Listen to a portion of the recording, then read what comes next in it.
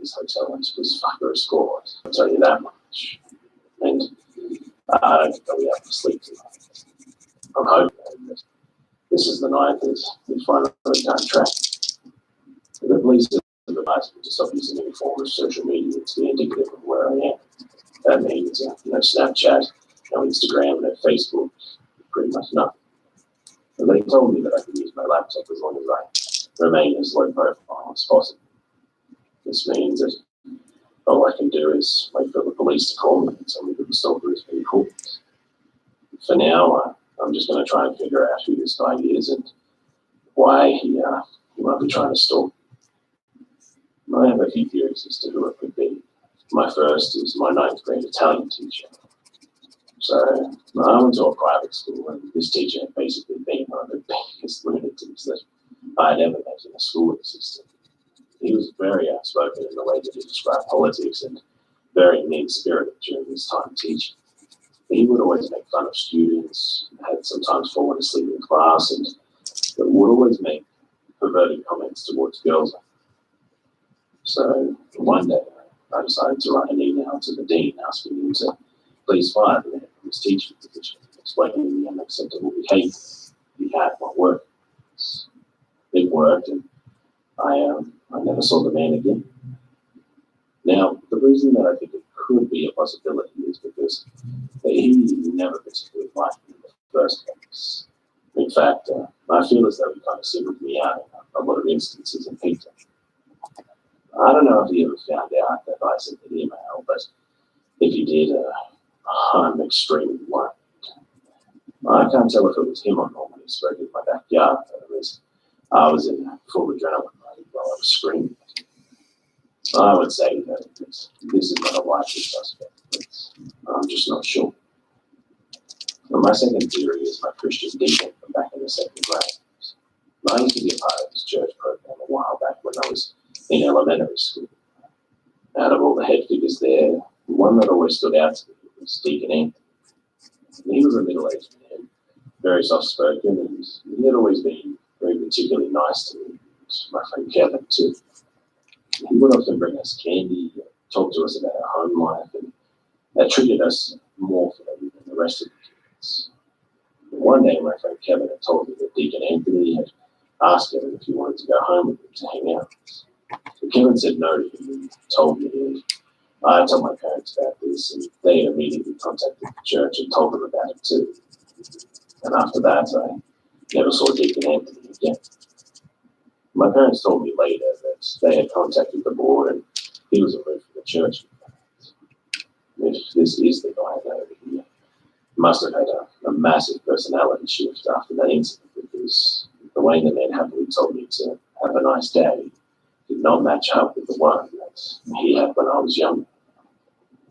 And theory 3 is my classmate Derek from 8th grade.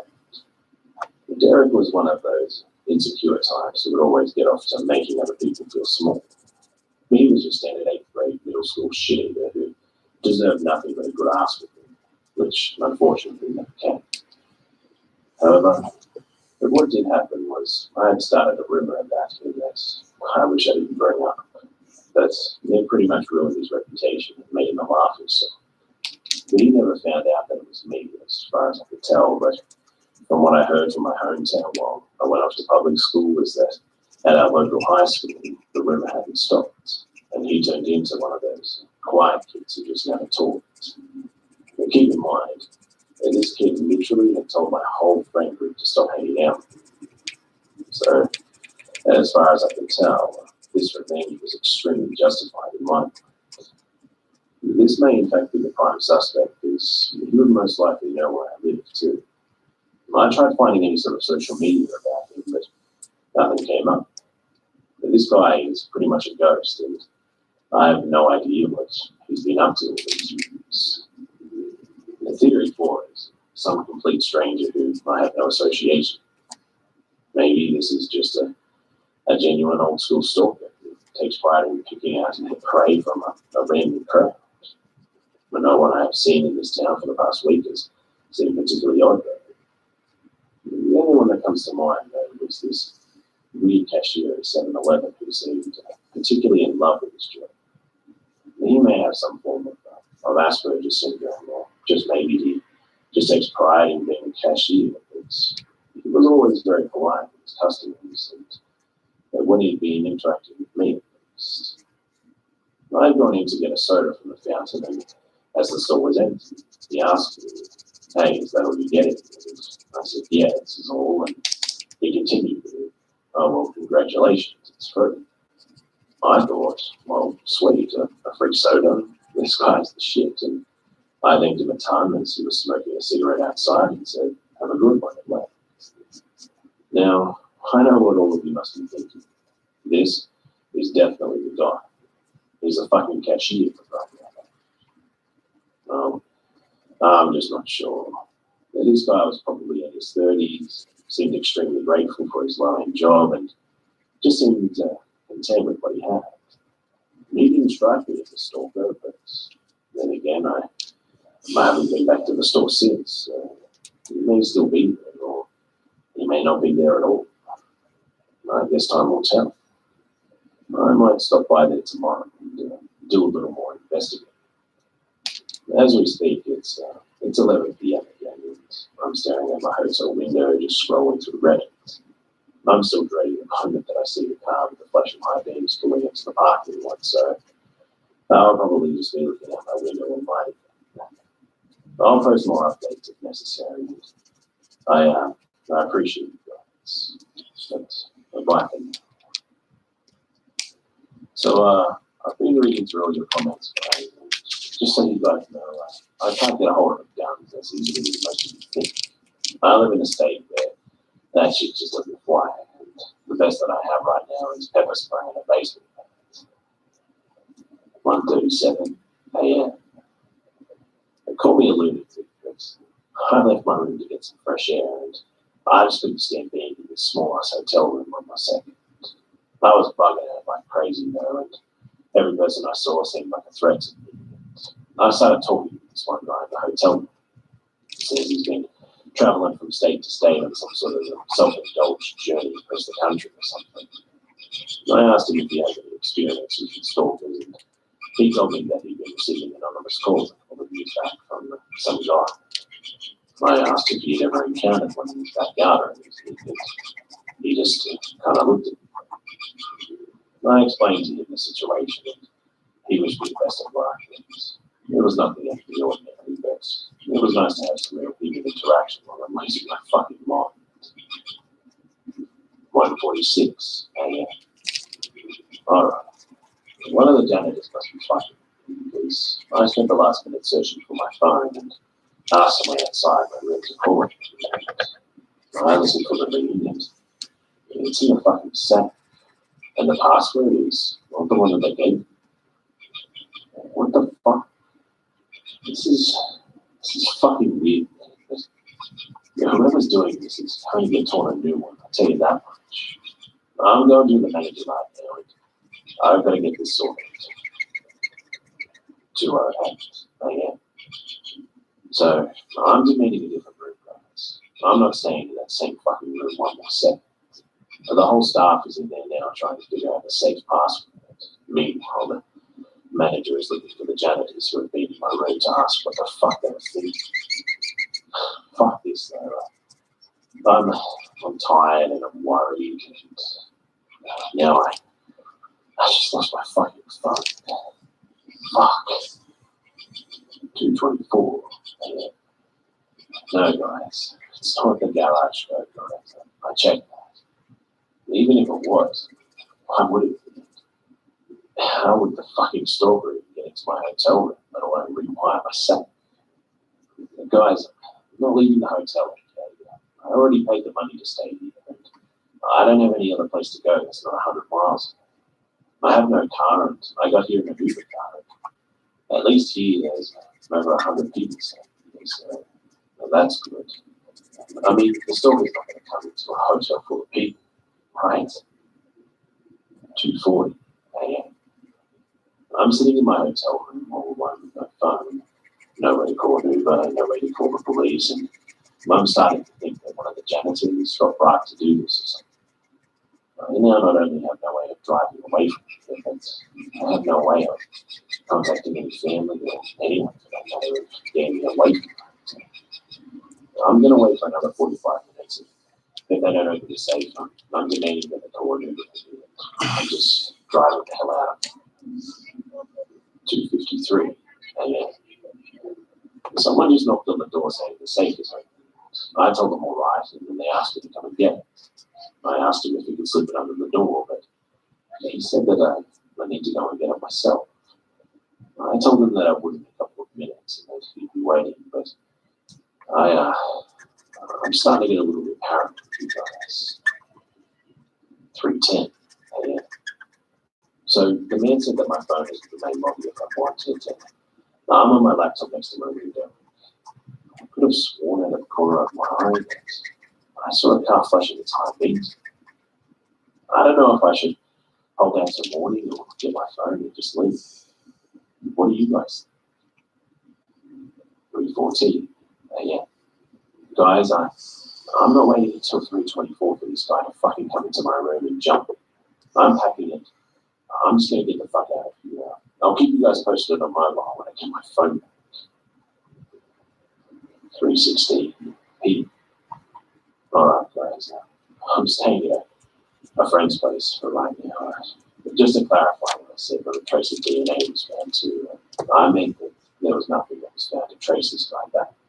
Like a glove or fingerprints on a garage keypad or anything. The police did not do a full investigation of these things. The guy still hasn't been found too, and my neighbours have told me that no one's been back to my house, and my parents are currently staying at my aunt's downstairs. I got my phone back too, and there was a missed call from some guy named Nick Sullivan. But what's strange is his name was never put into my contacts. I've never met anybody named Nick Sullivan in my life, and I don't know how it's in. I tried calling back, and it just went to voicemail. Creepy shit, nonetheless, but maybe I'm just being paranoid. I don't know. I'll see if I can make another update tonight, but I gotta go. I'll talk to you soon. 4:35 p.m. So the guy who called my phone wasn't the same guy as Nick Sullivan that I missed a call. I don't know what the hell is going on, but this is weird, man.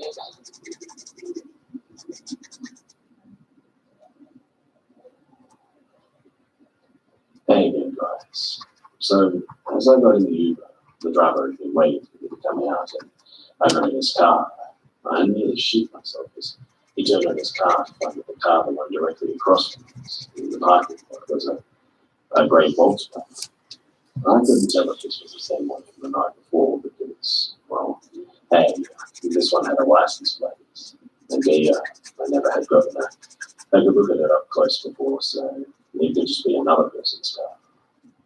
But as we were leaving, I looked up to the hotel, and in one of the rooms, there was clearly a figure looking out the window. I'm not jumping to any conclusions right now as to whether it was him. I'm not sure if it was even the same room as him. I just keep questioning myself at this point as to whether all of this shit is real or just paranoid. But maybe the guy actually did find me. I was about to be slaughtered, maimed, or worse. Or maybe this just is a classic case of schizophrenia or something. And I'm just finding ways to freak myself out. One thing that is for sure is that the guy is definitely still hunting. I got a text from Mr. Sullivan, Nick, or whatever the fuck he wants to call himself, and I'm still petrified after seeing it. At exactly 8:34 p.m. today, he sent me a video. The only other thing that he said in the text was, "I see you." And the video, I'm positively sure it's my house. And now I want to know when the video was taken. It probably was not taken last night as police were all watching my house. So that means that he either took it the first 2 nights or as recent as today. I'm really hoping that it's the latter. If he took it today, that means that he probably still thinks that I'm staying. Unfortunately, though, this guy seems far from stupid, and if he has stopped me enough to know my garage code, he He most certainly must have noticed that I'm no longer coming back. Either way, he's trying to terrorize me, and he's probably trying to get me to flee my house for his perfect moment to strike. In some twisted way, I expected worse, I guess. I don't know what makes this psychopath tick. There may be dead animals, people, or just seeing his victims crumble under all the stress that he's inflicted. But what I am dreading is if he actually manages to find me at my friend's place. And this guy took up the mantle of protecting me, and if this guy manages to find me, I'll never forgive myself for putting this. I offered him money, but he refused. So, for the past 2 hours, we've just been doing nothing but drinking beer and playing video games to calm my nerves. But Tom is a bit of a hiccup, so he likes to be sitting on his front porch drinking beer, and he has a pretty large collection of guns. Probably the best friend to have in a situation like this, if I'm being honest. Just as you guys have been nagging to get a hold of, too. So, all in all, right now, I'm feeling the most secure I've felt out of all the days since this shit started.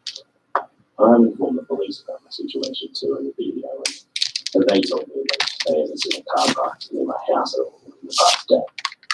But I gave them the number, and they told me that they'll do their best to try and triangulate this position. So, yeah, it's getting late now too, and my friend and I have decided that we need to start securing the place in case of intruders. His house has security alarms, and he lives on a relatively busy street, so no one can just park near the house without parking in the driveway. And he's been staying off of official media as I've asked him to for my own safety.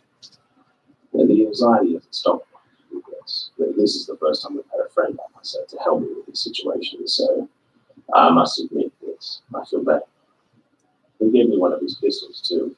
We started shooting in the range in his backyard despite having never shot a gun before. But we're currently on his porch just talking as I share this. I'm really grateful for all of your support, and updates will come as always for everyone.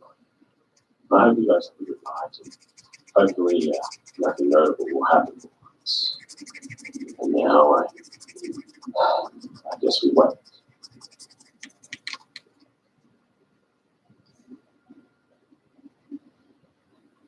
Hey guys, at approximately 3 in the morning last night, my friend woke me up telling me that I needed to check something out. I immediately grabbed the revolver I left on the table next to the couch, and we went to the front porch. In the distance, we could see a car parked all the way down the road. I'd say it was about 300 yards and still visible because of the street lights. The following was the conversation that I can best remember from me talking to Tom. Yeah, you see that car down there? I was dozing off, and the moment I stepped out of it, the thing just showed up out of nowhere. It was just sitting. How long do you think it's been? I'm not sure. I saw it there, stared at it for a good 2 minutes. After that, I took my flashlight and started flashing it on and off. After the car shut off, some guy got out and waved and walked into the woods. There's a wooded area near my buddy's house that if you walk through it, you can go walk into a large open field in his backyard. Now, there's a fence dividing the field from the backyard, but it can be easily hopped. Well, do you think we should go and check it out? Nah, this guy could be going into the woods and coming back around towards my back door. You have to stay here. I'll go check it out, okay? Alright, it's a great Volkswagen. We need to leave, okay? I want you to record the license plate too. Look inside for anything notable. Look for things like ropes and knives and duct tape. Anything sketchy we need to get out, okay? Yeah, okay. Just wait inside and defend the houses. Alright? Make sure no one gets inside, okay? I went back into the house and stared out the window as Tom approached the vehicle with his 12. I went to the back of his house and stared at his backyard window, and I saw some figure start walking across the field. This was particularly strange, as there were no houses visible in this field, and he just seemed like he was walking towards nowhere. He climbed over a hill, and he was no longer in view from the window. I went back to the front window to look at the car, and Tom was checking it out. I felt relieved for the slightest moment, as I felt like maybe he just made me was overreacting. And then his home. I looked at it, saw the caller ID. It was my area code, not Tom's. At this point, I had my phone still on airplane mode, so I assumed it was someone from my neighborhood or family trying to contact me. I felt almost intrusive, saying I was answering the call to a home that was not even mine. Now was not the time to take chances, so I answered. Hello? Excuse me, who's this? Oh, excuse me, sir. My apologies. Is this the owner of the household? No, I'm just a friend of the owner. He's currently outside. Who's this? At this point, I just felt that feeling again in the pit of his stomach when he realized that he fucked up. I just revealed that I'm here alone and whoever is calling just realized that too. Hello? Who else are you with, sir? Is it just you? At this point, I was shaking. I could barely speak without stumbling my words. I decided the best thing to do was lie like no tomorrow. No, we're having a party and there's a couple of other people. Who's calling? Are you sure about that? I was just walking by and saw that there were only 2 cars in this driveway. At this point, I completely lose my shit. Listen, man, just fucking tell me who you are and why the fuck are you calling this house so late? Hello? Can you please just fucking tell me? I apologize, sir. I may have the wrong number. And tell whoever owns this house to call back. Thank you. And then he hung up. And Tom had come back and said that the car was in the Volkswagen and had a license plate. He said that the windows were tinted and the doors were locked, so there was really nothing that he could make out. I told him about the caller and he said that he had no idea whose number that was. He called back and no one answered. He also called from a restricted number, but there was no answer there either. An hour passed by as we were sitting on the porch and we heard an audible slam from his back door. We both looked at each other and he motioned to follow him around back. We saw nothing out of the ordinary. We looked around everywhere for footprints, but still nothing. But when we'd gone back to the front porch after countless minutes of searching, it was approximately 4 in the morning at that point. And it wasn't until 10 minutes after we got back to the porch that we noticed the car 300 yards away was gone. We hadn't even noticed. I haven't gotten any sleep since last night. I told him that I wanted to leave his house because I need to keep moving. And he said that he wants to run too. He locked up all his doors, brought some guns, and we drove off at 6 in the morning. The police still haven't done jack shit, despite all the valuable intelligence of it too. And I've been on the road all day with my friend. I drove a lot, he slept in back, and we're currently at McDonald's as a time piece. We were joking, saying that if we do end up getting kidnapped and murdered and attacked, at least someone will know from his fitness, right? I'm just tired, guys. Tired of all of this shit being stalled. Tired of being hunted down. Tired of making these fucking posts. I want this to be over. If anything happens tonight, I'll let you know. Bye for now.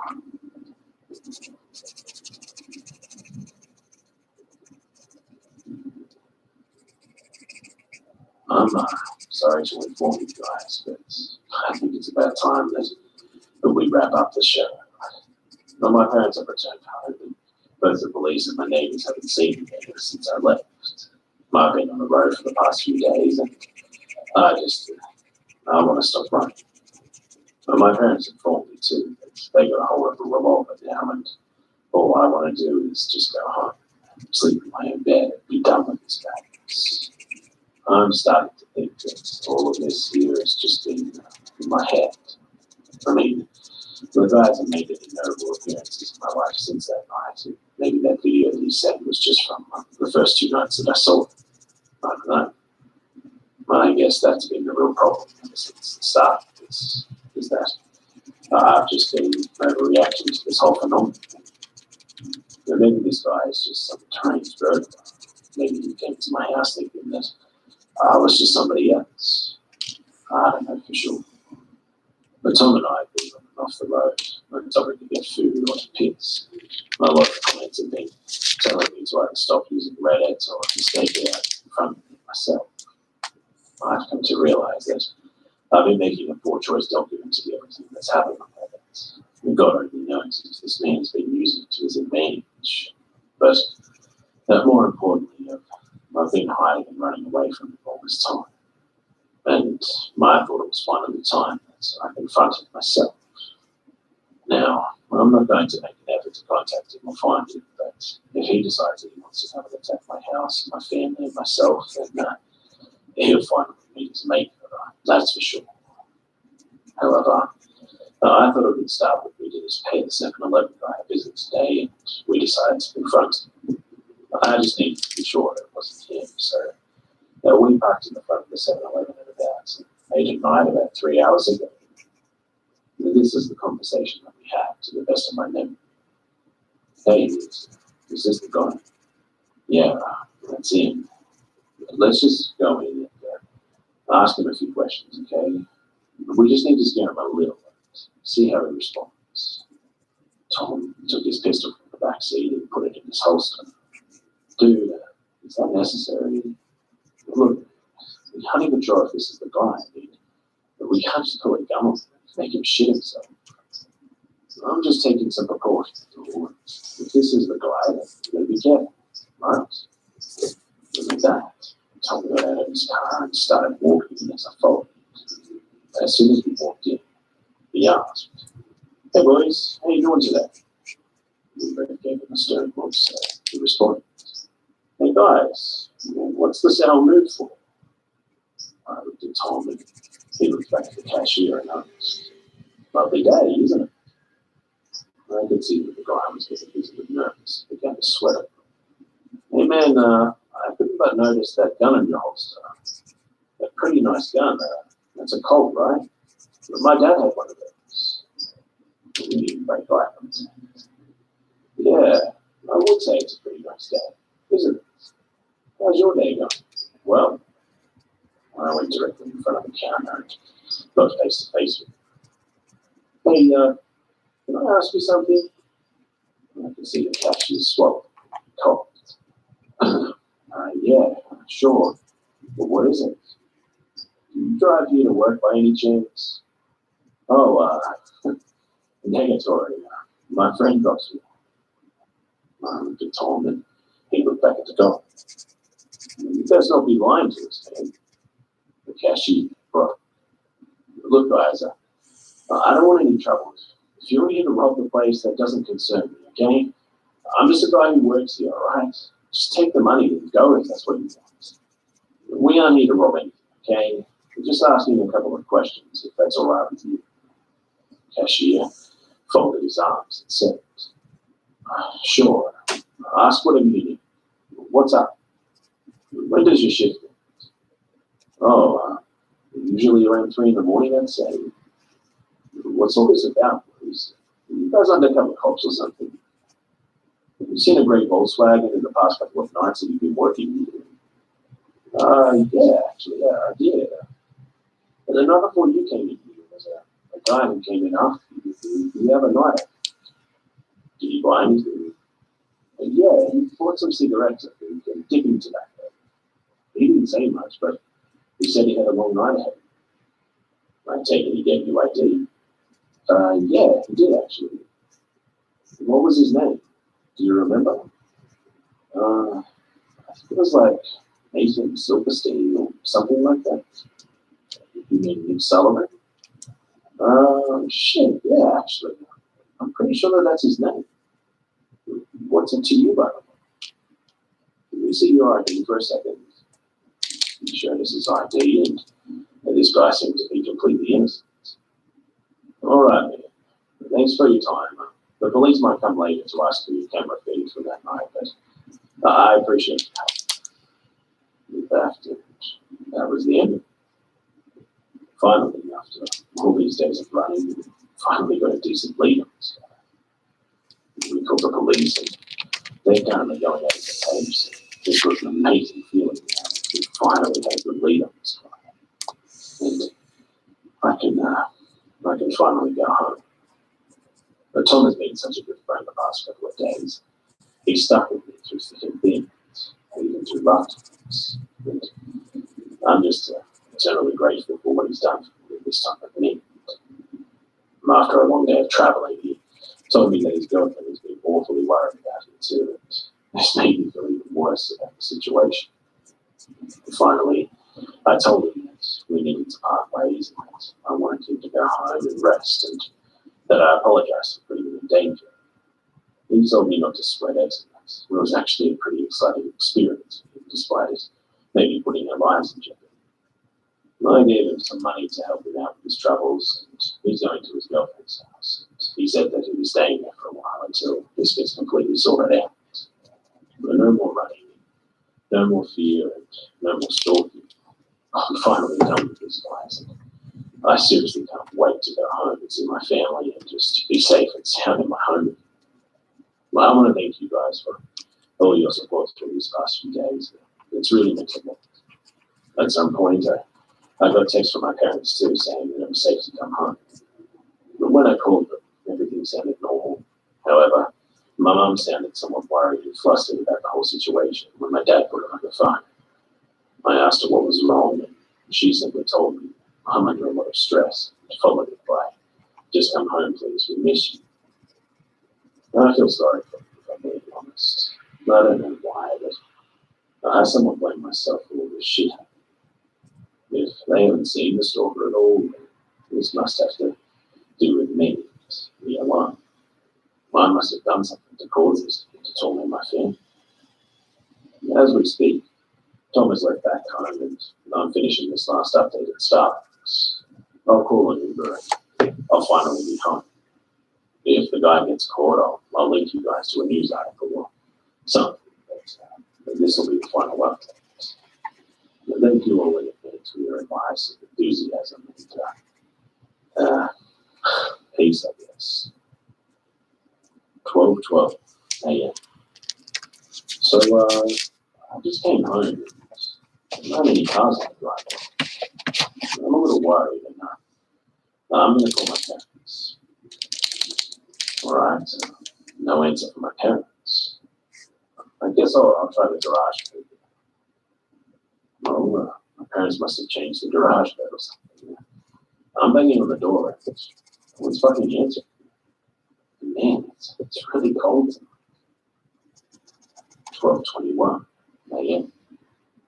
All right, well, there's some lights there in one of my bedrooms, so I'm obviously home.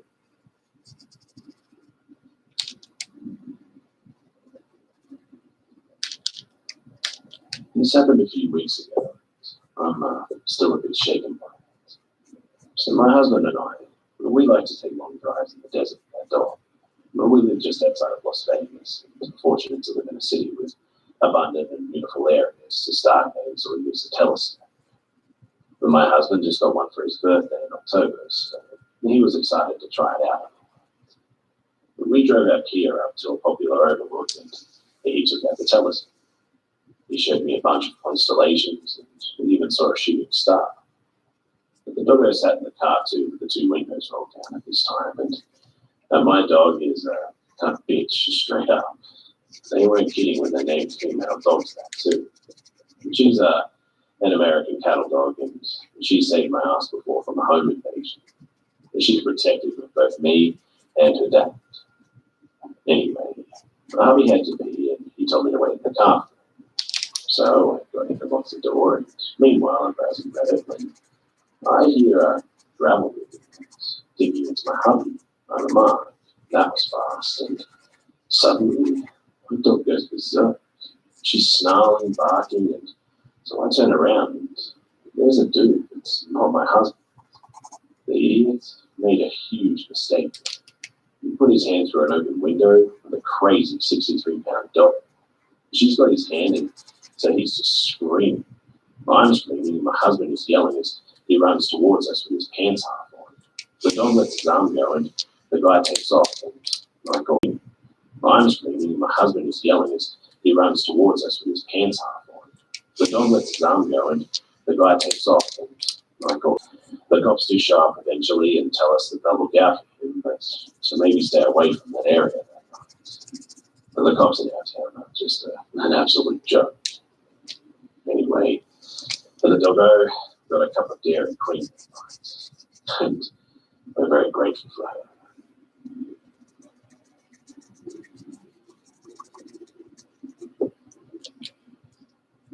When I was 13, I started modeling. I did fairly well, but honestly, I hated the business. They were just really strict about my weight. I mean, I couldn't get over 100 pounds or I'd lose my contracts. I couldn't dye my hair or have any piercings without permission. They would often check on me to make sure that I hadn't gone against their wishes. But fast forward 2 years then to me being 15. One day I got an email from a fitness photographer.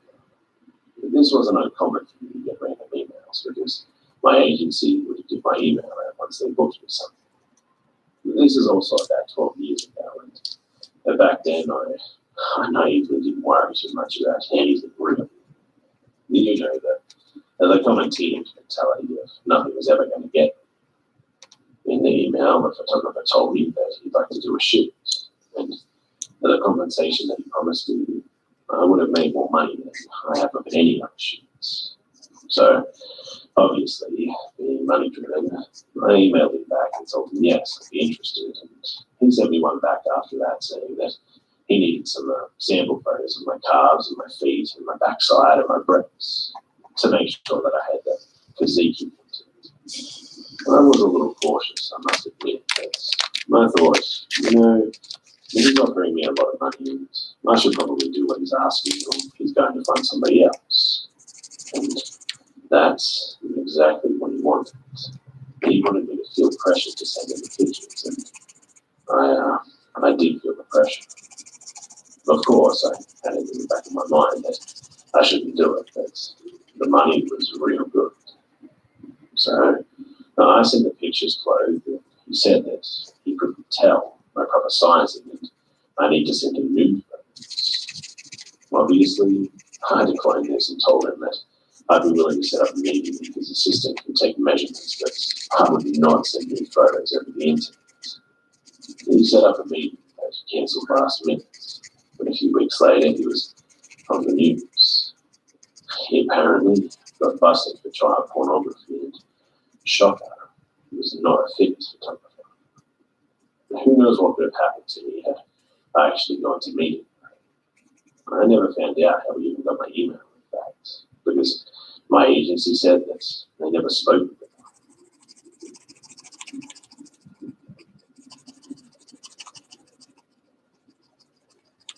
This happened about 4 years ago, around New Year's at my house. So, I live in a pretty wooded area up there. I actually have a nice trail in my backyard that leads to a stream too. I go down there a lot with friends and my dog, and even just by myself sometimes. I've never encountered another person along the stream any time that I've been. Because of this, I've always felt pretty at ease. But there's still a bit cautious knowing that my whole neighbourhood could just as easily walk down their backyards and get to the stream too, or people from the neighbourhood against it. On this day, we had some cousins over, I believe, to watch a Ravens game, just to get together for the holidays and whatnot. It was unusually warm for late December, probably around 50s or 60s, but we all moved outside to supervise my little cousins throwing a football.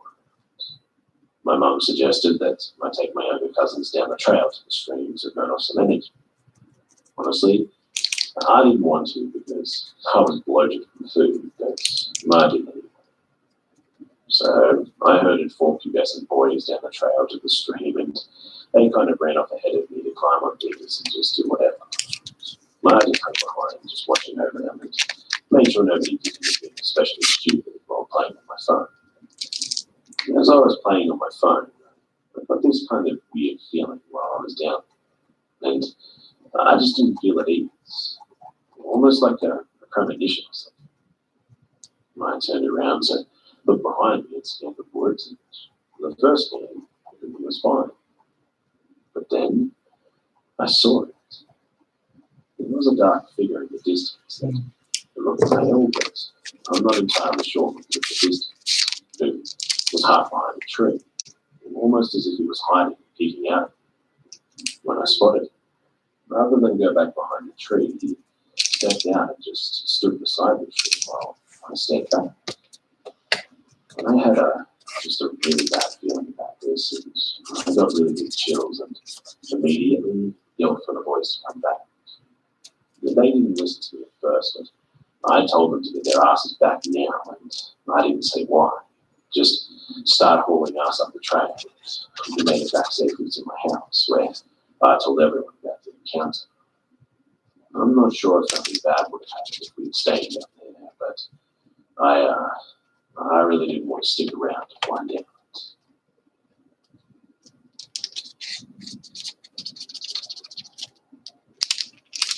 This happened when I was in my early teens in the late 80s. My family lived in a very secluded area, a forest area. We had a long driveway and our small home set on a square acre of mown grass with woods on both sides. I was alone one night just talking with a buddy from school, and I often rode my bike to town over the summer, and he invited me to come over and spend it.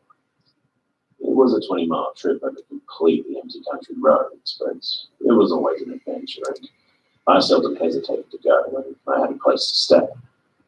And so I told him it was a sure thing. I'd call my mother at work and then start my ride. But here's where it got creepy. Once I hung up the phone and started getting dressed, more black, I picked up the phone again to call my mum, but the line was dead. This had never happened before. It was a sturdy rotary phone, and we never had problems with it. But for some reason, my thoughts just instantly went to the small phone box in the back of the house. It was a tiny round junction with nothing but a rubber cover. Behind the cover was the exposed connection between the phone pole and our inside line. And the wires were twisted together and kept out completely vulnerable.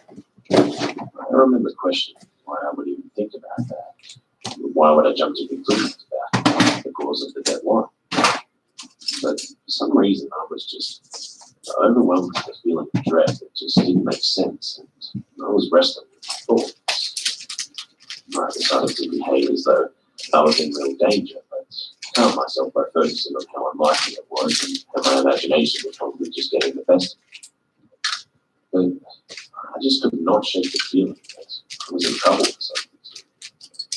So I finished dressing and strapped a buck knife to my hip with the old Rambo knives with a compass in the stock. It was cheap, it was really big, and I moved quietly and planned how I would leave the house. I remember this really well, actually. I would slide out the front door and pull it close behind me. Well, I would not be able to get back in. I would grab my bike from against the wall of the enclosed porch and spin around and use my elbow to press the button at the handle. It was really dark outside, but there were bright lights in the front and the rear of the house that created big pools of light. And that's all the light that I had. I executed my maneuver just as I planned, but unfortunately, my elbow slipped off the button of the handle and banged into the door as it opened, and within seconds, I was pumming down the gravel drive. I turned my head to the left, filling my ears with the roar of the air I was cutting through, and stopped pedaling, my eyes fixed on the rear of the house. Again, I'm not really sure why, but I was 100% sure that someone was coming. I don't know how or why I was thinking this. It was only a moment, but I didn't look away despite my own skepticism. And at the last instant, I saw him. A man wearing dark clothes and a ski mask came tearing out of the lit yard around the back of the house and plunged into the deep shadow along the side, heading for the front, where I had been a few seconds ago. I was invisible, wearing black from head to toe, and instead of running straight forward, he went for the porch where the commotion I just made had come from. I turned forward and leaned into the pedals. I could barely see the driveway, but I had ridden my bike down it many times at night, and I could make out the large stone gate post before the dirt road. I almost wrecked turning the corner, but recovered and sped it away. About a mile further, I finally stopped at the intersection to a paved road. My heart was pounding in my chest and my forehead was sweating. I stood there for a bit and got my breathing under control while I tried to digest what had just happened. My thoughts were racing because I knew damn well what I just saw, but I was finally out of danger. And all I could do was press on. My neighbours were Amish, so they had no phone and I wouldn't have known what to say anyway. But when I got to my friend's house much later, I told them what happened and called my mother. She listened and didn't give me a hard time, but I could tell that she didn't know what to think. She wouldn't be home tomorrow, and she said that she'd be careful. And that was it. I had heard a laughter once from the edge of the woods and things in the yard that had been moved occasionally, but no one else had these experiences, and I assumed it was just backwards Amish kids fooling around or something. And nothing had ever really happened before, but I doubt Amish kids would know how to disconnect the phone. Whatever happened, and whatever all these strange occurrences came from, I think that there was something more sinister going on.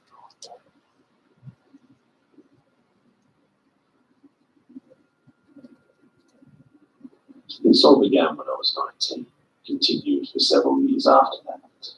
My male, which I suppose matters to the story. When I was in high school, my first year of college, I worked at a local grocery store part-time. I did everything from bagging groceries, stocking shelves, cashiering, working for the service desk, all that stuff. Toward the end of my time there, I was doing more of the stuff in front of the store, mainly at the service desk since I had been there forever, more cashiering. It was a small little grocery store too, so we had regulars. Many of the same customers would come in a lot, in fact, and we'd talk with them and get to know them. I was also very young and naive at the time, and thus overly trusting. And that would prove to be to my detriment. And there was this one guy who would come in about once a week, and sometimes twice, and I'd been his cashier a few times. Eventually, he started standing in my line, even if other lines were shorter, which wasn't too unusual, I guess. I hated working in retail, but I was damn good with the customers and was well liked. The only odd thing about it was that generally the people who would do this were older, the 60s or 70s at least, I'd say, and they were usually ladies. Whereas this was a guy who had to be at most in his 40s. But whatever, I didn't think much of it at the time. His name was Jeff, but I didn't know his name for a long time because he always paid with cash. But when I finally learned what it was in one of those worst ways that you can think of. But we'll get to that. At first, though, Jeff seemed pretty much harmless. He would chat me up, and if I didn't have a liner, we'd sometimes talk with him. He seemed interested in me and my life, but again, this wasn't so unusual apart from his age mostly. So I just went with it. Jeff would ask me things about myself, like innocent questions. So I thought at the time anyway. He'd ask me what college I went to, and I told him because I had no reason not to. But at one point, he brought up cars too, and he asked which one was mine.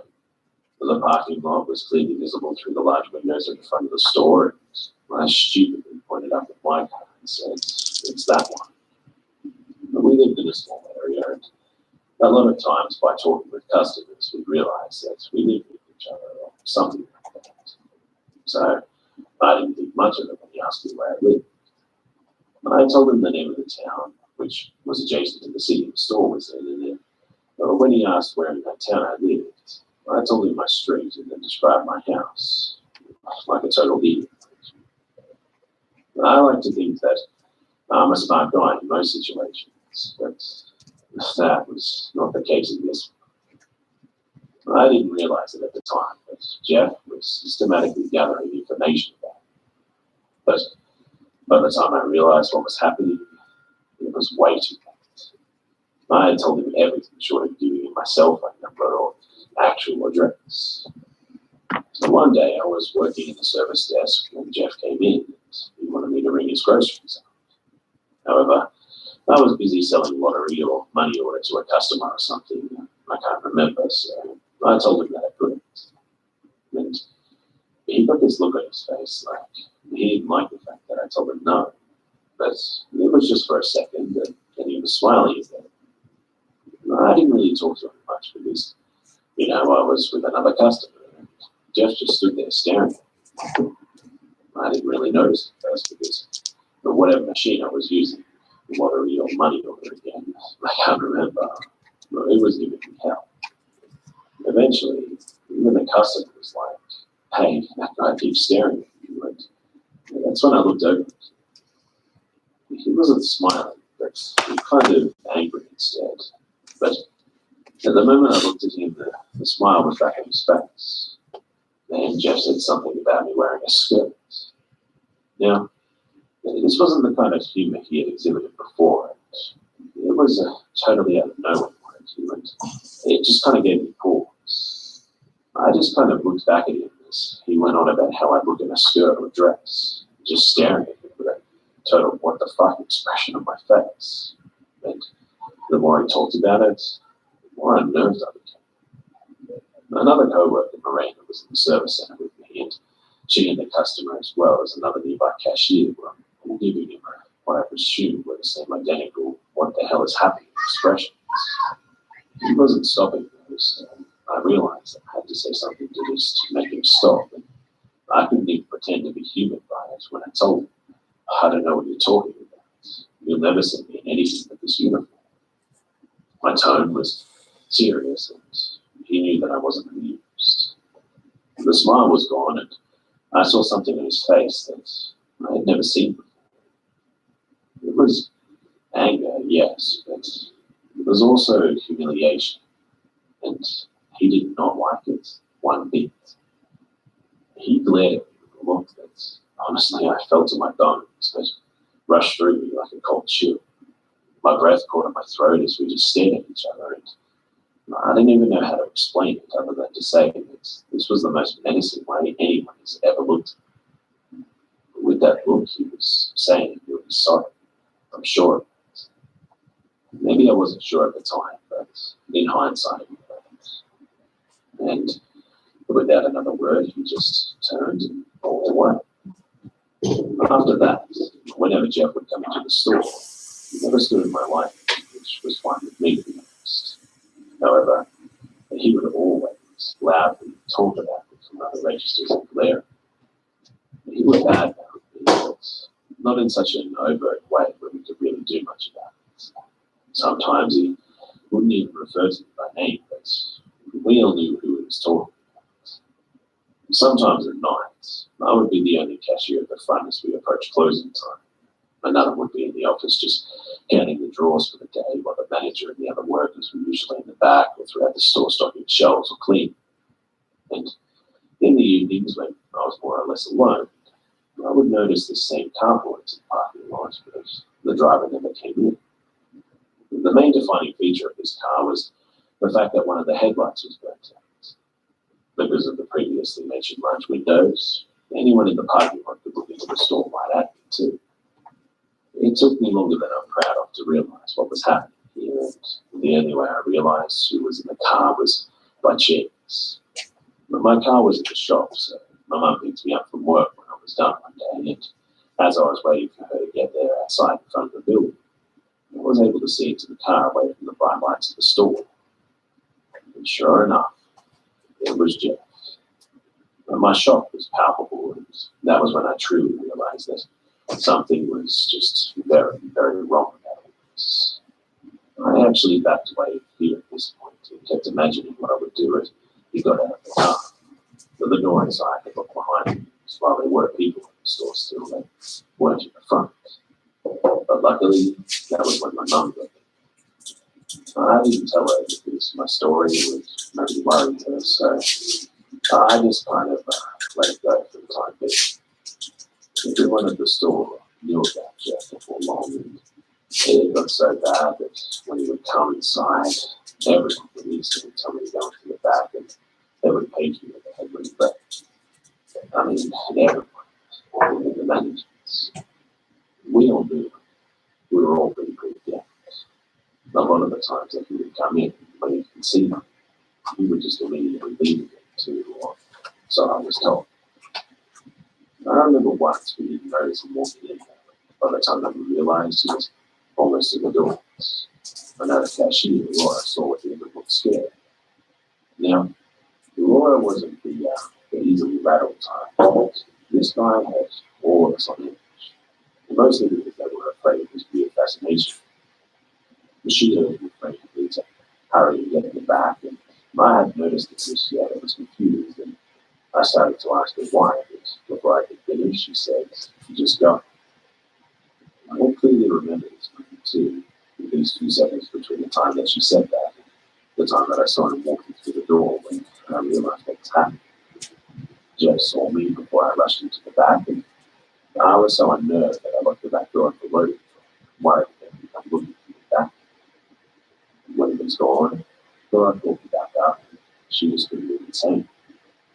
And she told me that he gave her a furious look and stormed out of the store, and I remember being worried that he would retaliate against me. I like that.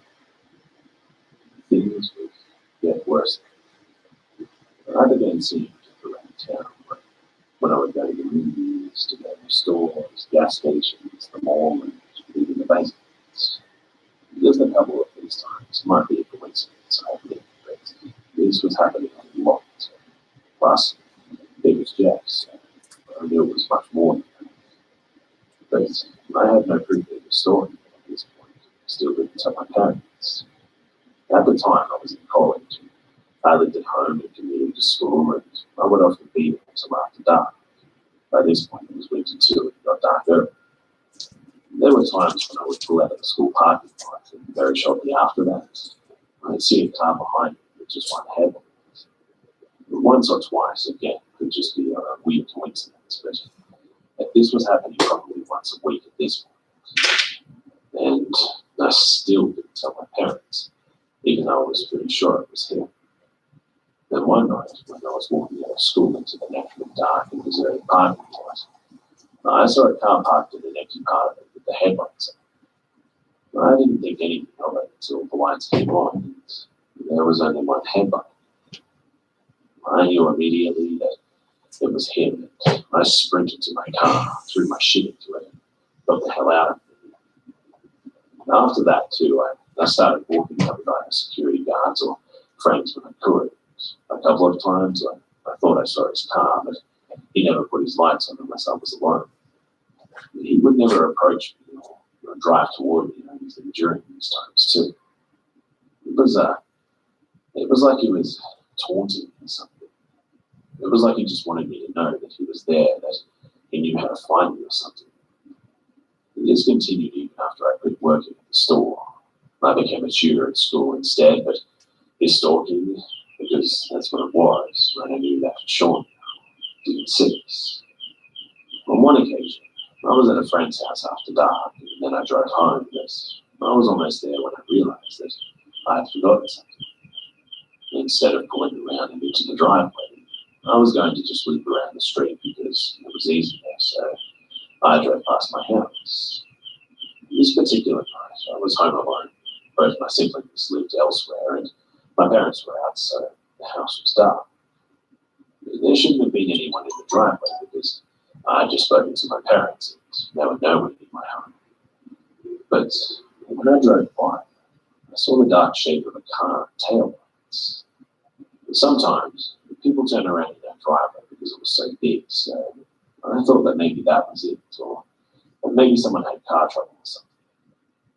But then the car pulled out of the driveway after me. I looked in my rearview mirror and saw it.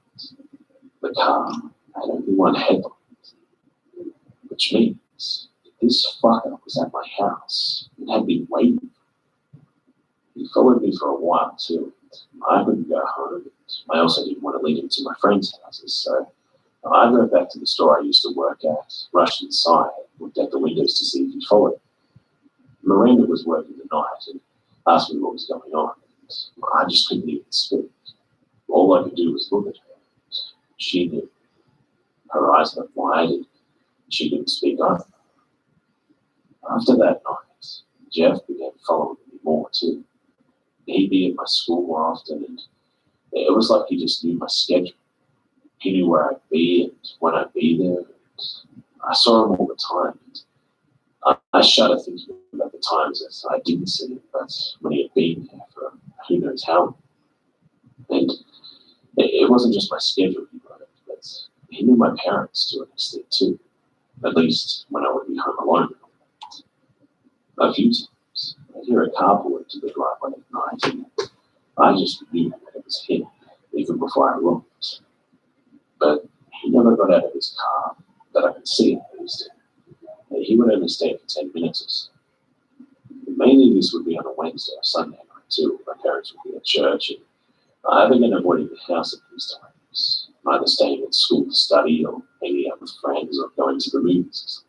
At the time, I would occasionally babysit for someone at my parents' church too. But during this time, I eventually stopped, afraid that he would follow me. It was at this point too that I decided that I needed to look into this guy. Now, at the time, I didn't even know this guy's name, but something told me to take a look at the sex offenders database. So one day, while at my friend Jill's house, I did that. We looked at various pictures of nearby sex offenders and discovered the most shocking amount of them was the cynics. And eventually, one of the small thumbnail pictures caught my eye. It was hard to tell if it was him, so I clicked on it to bring up a larger picture and more information about the guy. And Jill's internet was crap, so the page loaded slowly. But his name came up first. It was Jim. Jill and I waited for the picture to load, and as it slowly came into view, I literally stopped breathing for a second.